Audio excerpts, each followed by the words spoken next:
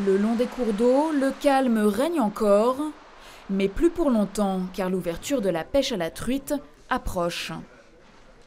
C'est quasiment prêt, il manque que les compléments, les teignes, quelques hameçons. Dans les magasins, les adeptes viennent notamment chercher les appâts qui font la différence.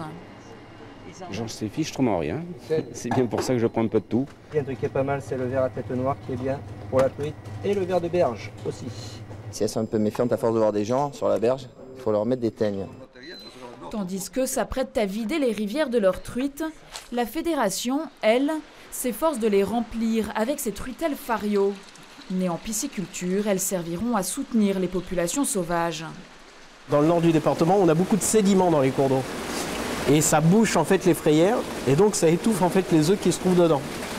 Donc évidemment, il y en a qui vont se sauver, mais et nous, du coup, on complète avec ces poissons-là derrière, qui eux n'ont pas eu de ce souci-là, quoi. Dans 2 ans seulement, elles atteindront leur taille adulte, mais il est déjà temps qu'elles découvrent leur milieu naturel. Dans un ruisseau, sans prédateurs, à faible courant, avec quelques minutes d'acclimatation. C'est quelques petites manipulations à faire avant de mettre les truitelles dans l'eau, il ne faut pas faire n'importe quoi, quoi. Sinon, le résultat peut être nul, quoi.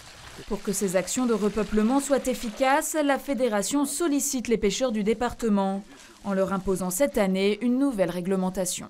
Les gens, ils ont le droit de prendre 6 truites par jour, mais seulement 3 truites Fario sauvages.